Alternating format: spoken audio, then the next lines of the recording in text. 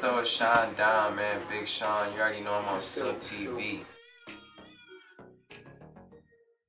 What's good? It's yours truly VIP, and we are back, Silk TV and the Friday Feeling Show right here in the Big Smoke in London town. I'm with a man today that's got more than a few BET awards under his belt, a couple of Grammy nominations as well. His album is currently #1 in the US, top 5 in the UK. Welcome to the UK, Big Sean. What up, man? What's up? What's happening, Thanks bro? for having me, dog. It's good to see you over here. It's good to see you over here. Yeah, I love it over here, man. I love it over here. Now, obviously, we're here to talk about that brand new album, that massive album, Dark Sky Paradise. But just before we get into that, I mean, going back, the first time I really remember hearing Big Sean was on a track, Teriyaki Kings by the Teriyaki Boys with Kanye. Ooh, that was back in 2009. That was back in the day. Wow, you remember that, huh? I remember that, and I remember Teriyaki specifically the Kanye influence in you then. Yeah. Back in 2009. I mean, you signed to Good Music in 2007. And 2000. Was it? Must have been 2008. 2008. Okay. And then I mean, what was it like having Kanye as a mentor, guiding you through? Great. Come on, you know that's the best. That's the best person to mentor you in music. You know what I mean? So it's all good, man. It's you know, he was my favorite artist before I met him, so you could just imagine what that feels like. You know? Yeah. So that's my bro right there, though. Okay. And he's taught me a lot.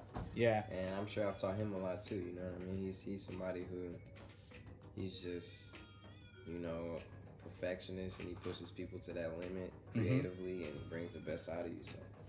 Now, last year as well, a lot of people got it twisted because everyone caught wind that you were with Rock Nation and thought that you dropped Good Music and gone to Rock Nation. But to get it straight, Rock Nation handle the management side of things just with you nowadays. Yeah, just so I mean, now it's not only Kanye on your back, you got Jay-Z on your back as well. Yeah. Two of the biggest, legends in the hip hop game of the guys. modern era on your back. What's it like having that pressure sitting on your back? It's no pressure, man. No pressure at all. You gotta realize you're at where you're at for a reason. You know? Yeah. So I appreciate it. It's a blessing, but it's no pressure though. Yeah. Okay. So getting into the album then, we've got first talk about the lead track that popped off. Is still popping off in the clubs right now. Probably one of the biggest tunes in the clubs right now that I'm playing. I Don't F With You. Oh man. Absolute anthem. Did you realise that would catch on and be as big as it was when you first wrote it? Hell no. No, I didn't know, but like I said, I'm appreciative of it, and it just goes to show me that people just love real shit, man. They just love real music, things that they could be receptive to and relate to, you know what I mean? And it was just crazy how that song took off on radio, you know, obviously as much cursing, as much, you know, the song is called I Don't Fuck With You, you know what I mean? And it's just like, it still like did well, you know, in that aspect. So it's just, that just goes to show that the people really can control and dictate what they want to hear on the radio, and you know, they really have power. And I've seen that just in a few songs this year, not just mine, not just that song, but I've seen it with No Type with Ray Sherman. You know, that song was like a song that I just heard in the clubs, and then the people just had to like, you know, translate that to radio. So it's really cool that radio being receptive to like what's going on with the people, and I'm really happy about that, and thankful for I Don't Fuck With You, thankful for E40 being on there. He's been one of my favorite rappers for a long time, so that meant a lot. Okay. I mean, the beat as well, because we have to talk about the production side of things. Mustard on the beat, obviously, and Kanye, and also Dahir and Key Wayne getting credits on it as well. I mean, them 4 producers. And Mike Free, so it's 5. And Mike Free as well, so 5 producers. It's not easy for someone to get a beat off like one of them producers, so the fact that you got I'm super lucky, right? Super blessed. Absolutely blessed. The reason they were all, you know, able to do that is because we had the song for so long. We were working on it for like a long time, and we would just like, that was one of the first songs I did for the album, so I would be making the rest of the album and always come back to that song. How can we make it better? Yeah. You know, Ye came and added the sample to it, but Key Wayne brought the sample to the table, and that sample was from another song I had, and we got rid of that song and put the sample to it. And then Dahi did the end part, and Mike Free did the original beat with Mustard. So it was just like a lot of like people put their, you know, their talent to it, and it made it special. You know what I mean? It made it really special. And as soon as E40 got on there, I just knew that song was, I didn't know, you know, it would be like how it is, but I knew it was something special. Mm-hmm. So I know a lot of people take the content of the song a little bit too seriously. I've seen a few interviews, people get it twisted about the actual meaning of the song. I know a lot of people think it's about your ex. It makes sense that it would be, right? It's just kind of crazy how timing works. I mean, yeah, I know you actually penned the tune while you was with your ex, so yeah. So most of that, it's not about her, you know. It's only like a couple lines about her, but you know, that's just that's where I was getting to. So, could I ask you what lines you put in after? There are specific lines, obviously aimed. Yeah. But moving on anyway. But it's only just a couple. It wasn't a lot. But she heard it before. I mean, I don't even want to get into that. You know, I'm on the.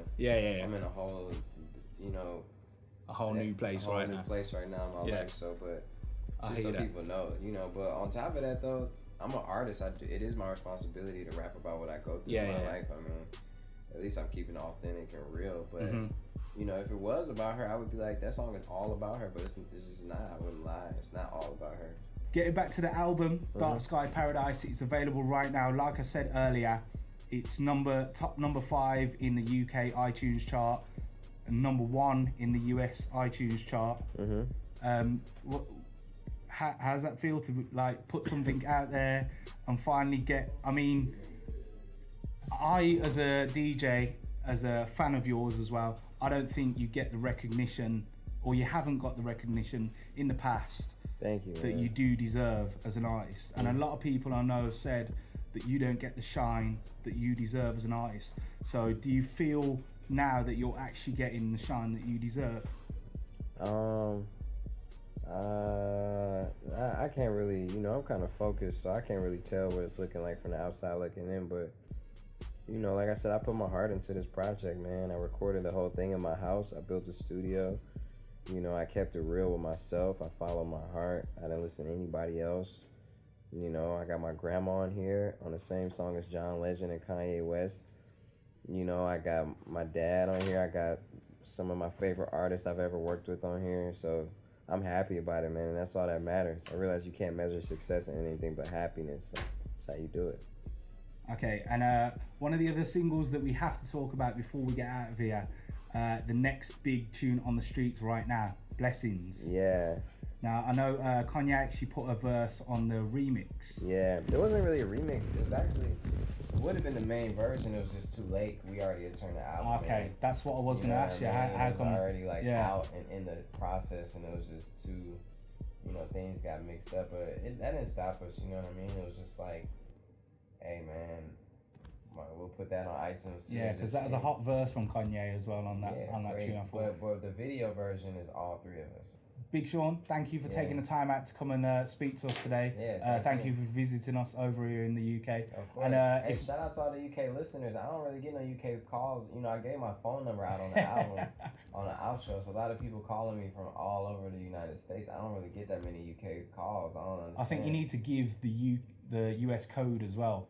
The US dialing code as well. They would figure that out. They should know. Yeah, true. Dialing code out. It was just like, I'm trying to hear from the UK fans. Call me. So I don't really have a direct line I keep in my pocket, and I'll be like, it rings every second, so just keep calling until I answer. So if anyone wants to find out more about Big Sean, where they can find you, upcoming tour dates, album releases, anything, where's the best place to look on the web? Just all my social media, just Twitter is @BigSean, Instagram is @BigSean, my Snapchat is Big Sean Snapped. And my website is youknowbigsean.com. It's U, the letter U, KNOWBIGSEAN.com. There you go. It's all there. So wrapping this one up then, thank you What's for your taking favorite the song time. off the album? You know what? It's research. Research? Because I can relate to the tune and the lyrics so much. Deep. A lot of people have been saying that. It might have to be the next single. Yeah, man.